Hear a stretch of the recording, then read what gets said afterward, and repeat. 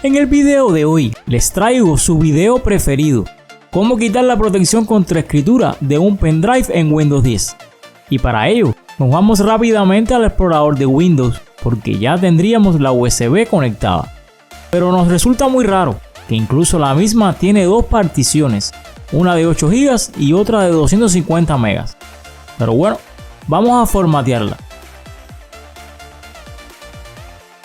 Y al hacerlo, nos saldría el típico cartel de que la misma se encuentra protegida contra escritura.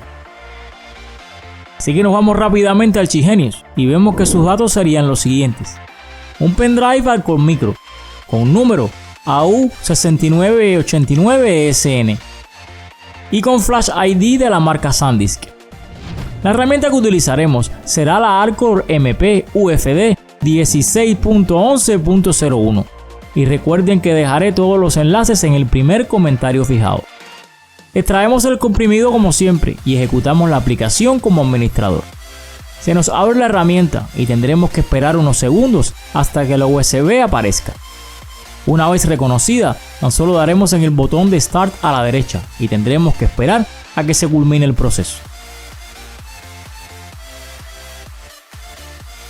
Una vez terminado, cerramos la herramienta y nos vamos al explorador a continuar y veríamos la memoria USB sin problemas y completamente funcional.